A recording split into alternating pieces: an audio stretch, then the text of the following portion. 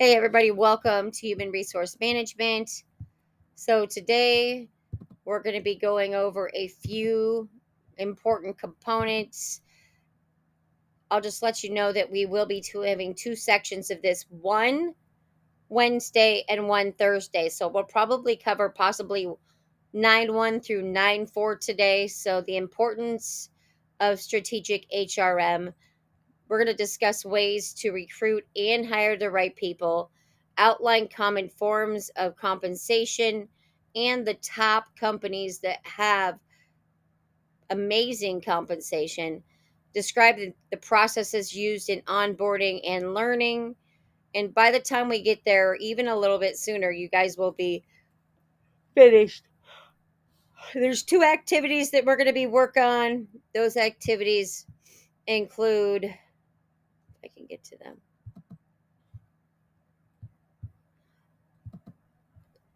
Those activities specifically include two assignments today and one tomorrow. If you can get to the assignments, great. If you can't, then I'm going to have you do one of them tomorrow. So you can also jump in here. I did want to mention this. If you pull down to week 5, you go under each day. So we've got Wednesday 12/4. You'll have the PowerPoint. There's also a lot of additional websites we're going to be looking at.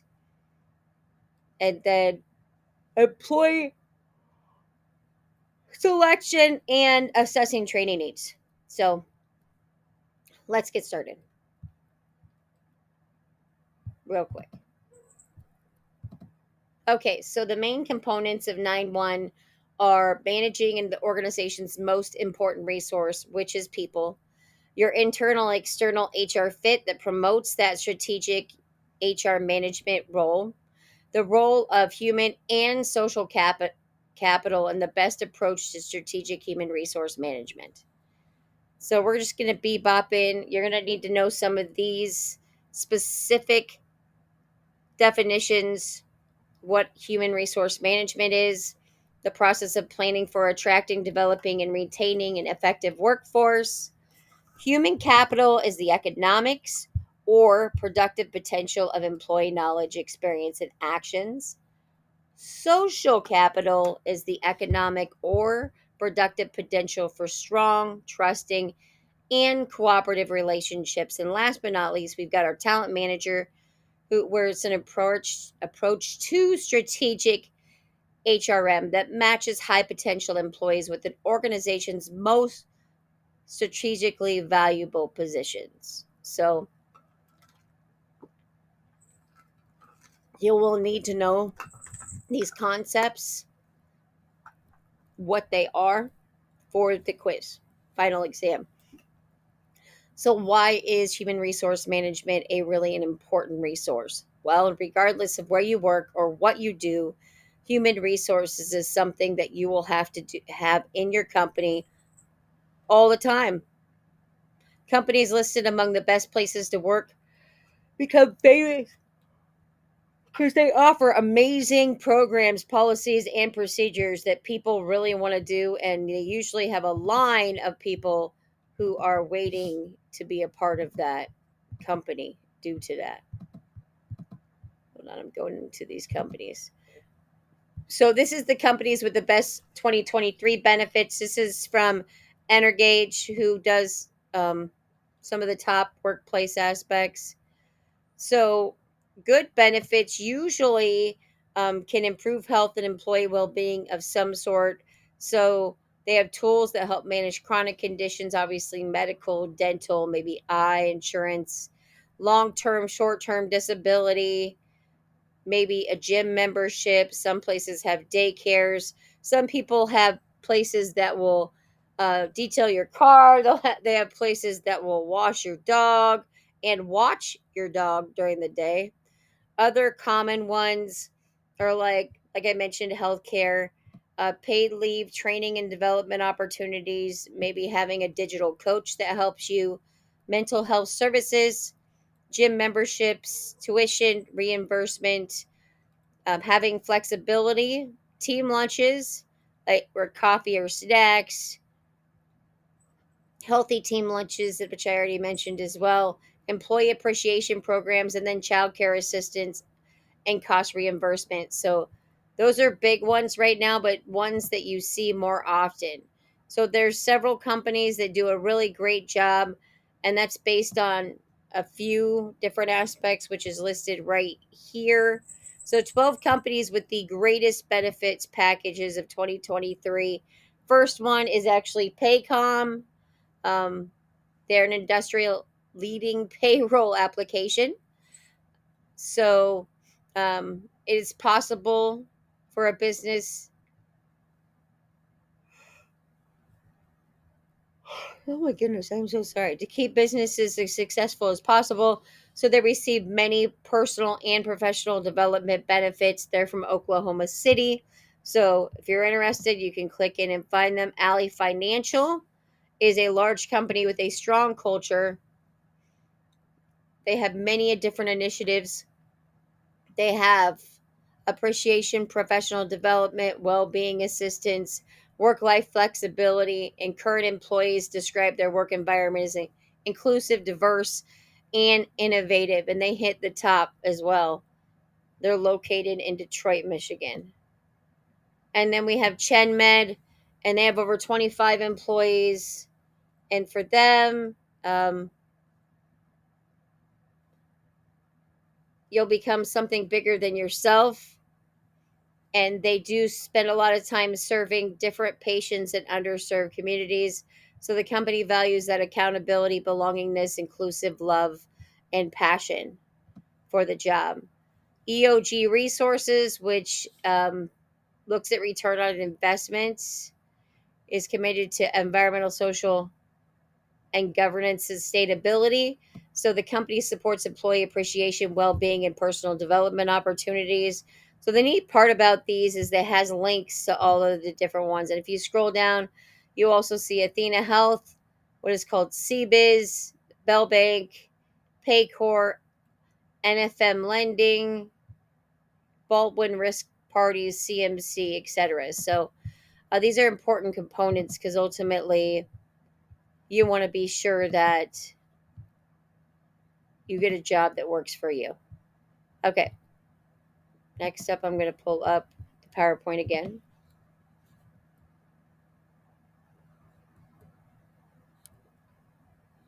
All right, so human resource management looks like, if you look at this graph, it looks also on how it's the most important resources. Number one, they recruit and select the right people to work within the company.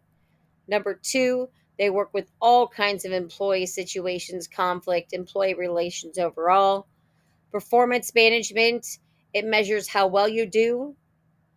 So that's helpful. Onboarding and L&D, and then also compensation and benefits and recruitment, we already talked about, makes effective HRM. So onboarding is the cost for leadership and development. Compensation and benefits, we already know. And then recruitment and selection, I'll be honest, usually is the hardest part we run into, and possibly professional development due to cost.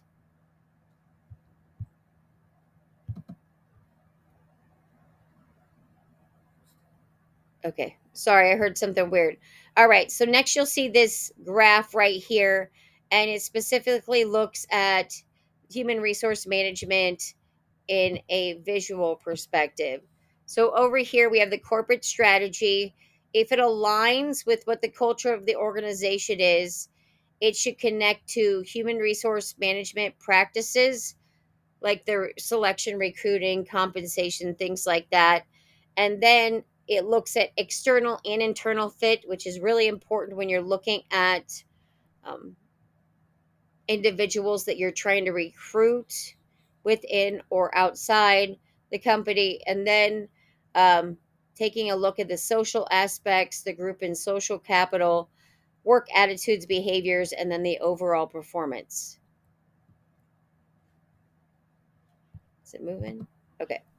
So the internal and external HR fit, when it comes to promoting, it's a process of designing and implementing systems of policies and practices that align with the company. So internal exists when all of the organization's HR policies and practices reinforce each other.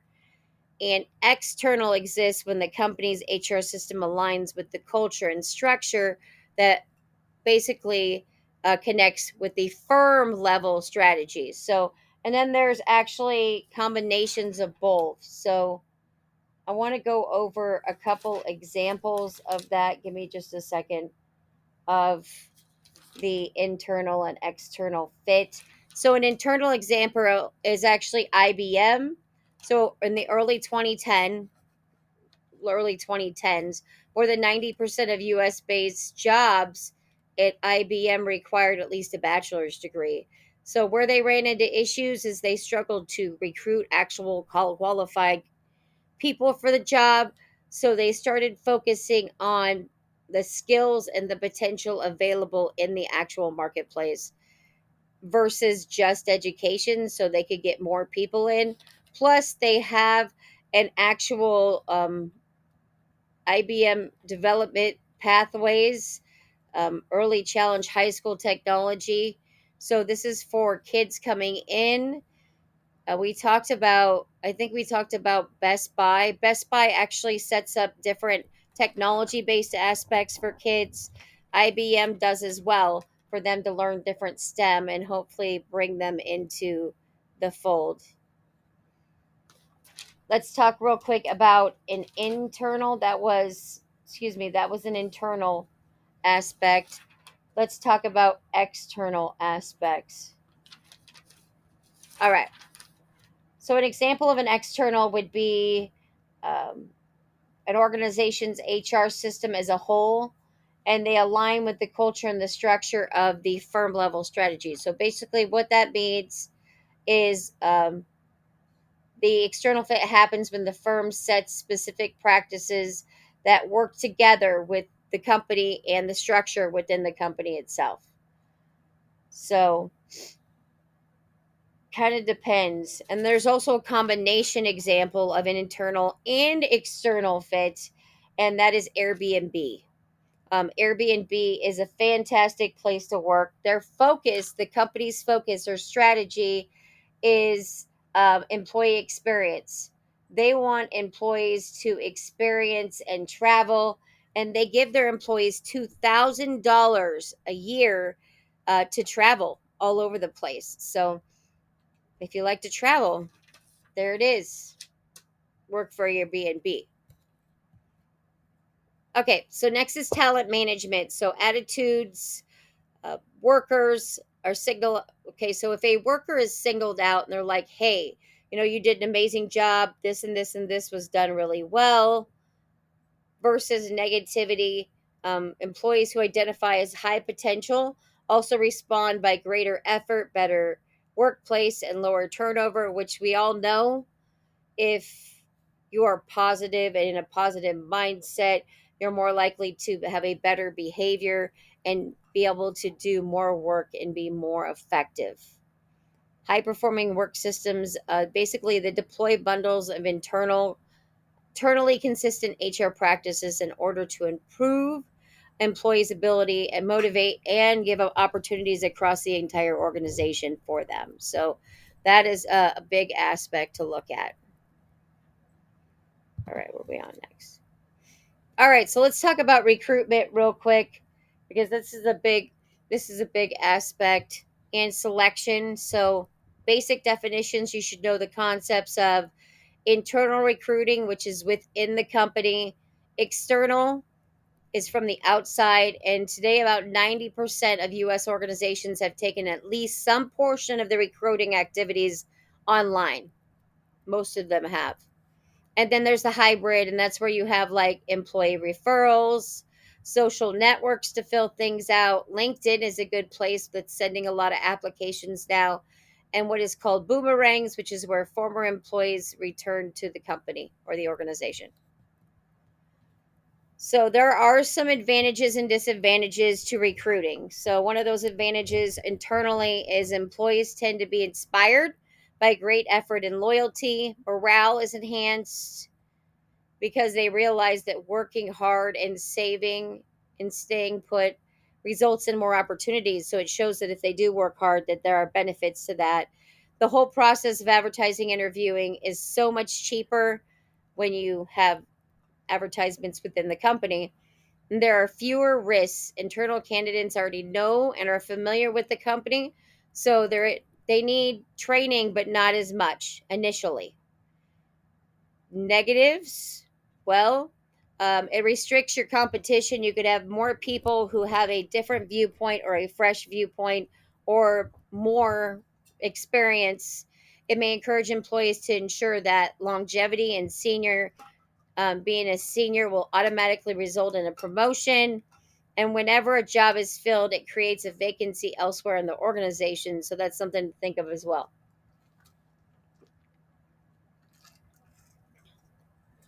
Okay, next we've got external reporting.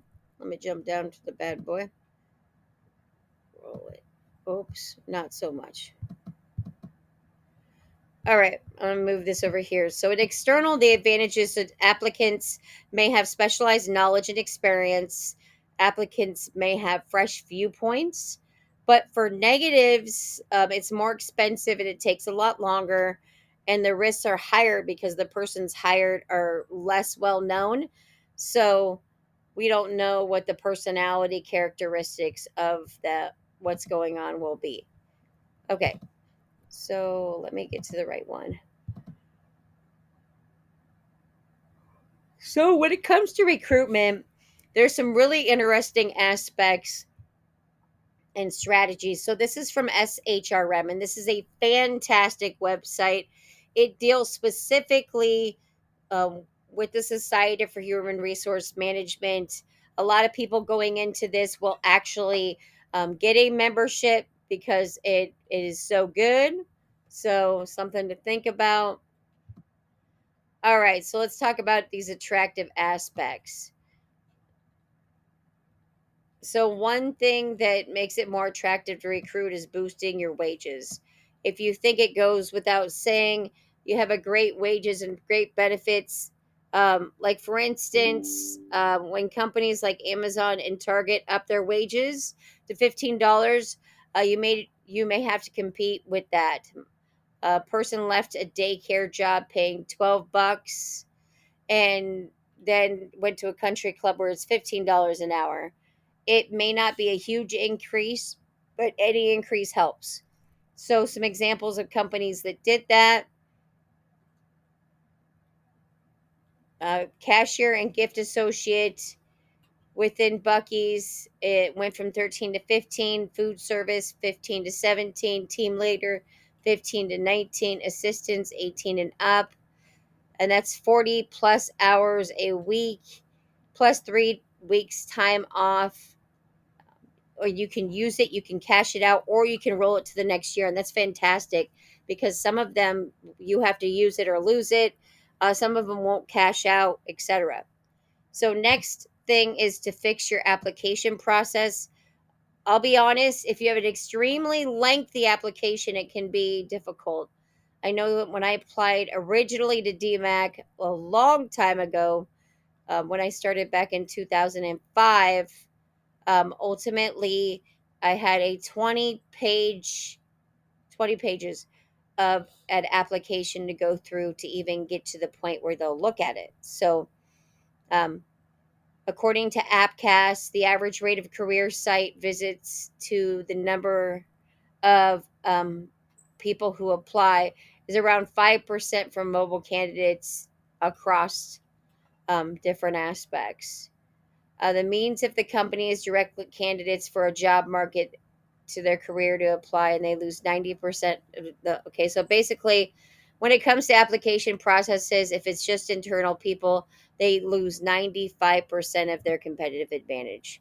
There's also other tips that they give as well. Put things in college newspapers, billboards, virtual job fairs, streaming advertising, local Facebook groups, internal ambassador groups, sponsor high school sports, etc. So those are all things that you can do that would be positive. Some statistics when it comes to recruitment. Approximately 73% of potential candidates are passive job seekers. So basically, what that means is hey, they're looking, but they have a job already. 94% of hiring professionals use what is called an ATS report, that the software has improved their hiring processes. The average job vacancy costs the company about $98 a year or $5,700 for a low level. And it takes an average of 42 to 43 days to fill a position. 60% of the candidates will quit in the middle of applying for a job online if it's lengthy or really hard to get through the application. So that's an important component. And top candidates are only on the job market for an average of 10 days. So really, you got to take a look at when you're recruiting the real costs of different aspects. Last article that I'm pulling up real quick deals specifically with like costs of recruitment. Like I said before, when it came to benchmark analysis data, according to the Society for Human Resource Management, the average cost per hire is $4,700. That means if you're hiring for a job that pays $60,000, you may spend $180,000 or more to fill the role. Of those costs, I would say 30 to 40 are hard costs. Other 60% are soft. And this person is actually that's their last name is Goldberg. They're the Society for Human Resource Management Foundation chair elect and the co-author of the Inside Gig. So really it talks about all these different costs that you have to go through. So it's really important to really take the time to find the right candidate. So important to do that. So I kind of want to throw that out there. Very important. All right. So we're going to take a break. Uh, After this, we're going to actually do the assignment that relates to it. And then I will post a separate video to go over the next section, depending on where we're at, depends on how far we'll get. So I'm excited. Let me jump into that assignment real quick so you guys have an idea. All of these different links that I'm showing you guys are actually under Human Resource Management additional materials. So, something to think about there. And then what you guys are going to be doing is where to go? Employee selection. So, we haven't exactly got to the selection part yet, but um, obviously you're going to select people for several different reasons, and we'll get to that. So you are a owner of a small truck firm in Chicago, and I'll let our substitute go for this. You need to make a list of qualifications that will require the applicant's job. So when it comes to their job, what qualifications specifically do they need? Second, what selection methods would you use in filling the position? So, would you do reference checks, personality checks, drug tests, cognitive ability checks, uh, performance tests? Sometimes, when it comes to, I just want to mention to this, like truck drivers, depending on if they're commercial or over the road or whatnot, there are different specific things you need to look for. So, I would suggest, hint, hint, to research what is required to be a driver. And when you're looking at FedEx or commercial aspects, just take a look. Next is if an applicant who was not hired challenges your decision, what will you do to be able to defend your selection? So something to think about there. If you have questions, please don't hesitate to contact me. And when it comes to the assignments, you can either do the virtual or written assignment, and I'll let you guys work on that with her. And I will be back shortly if you guys get through this one. I'm excited to see what you guys come up with when I review these, like what your selection process is if, when it comes to qualifications and selections, etc. So Enjoy the activity, and I'll be back here shortly.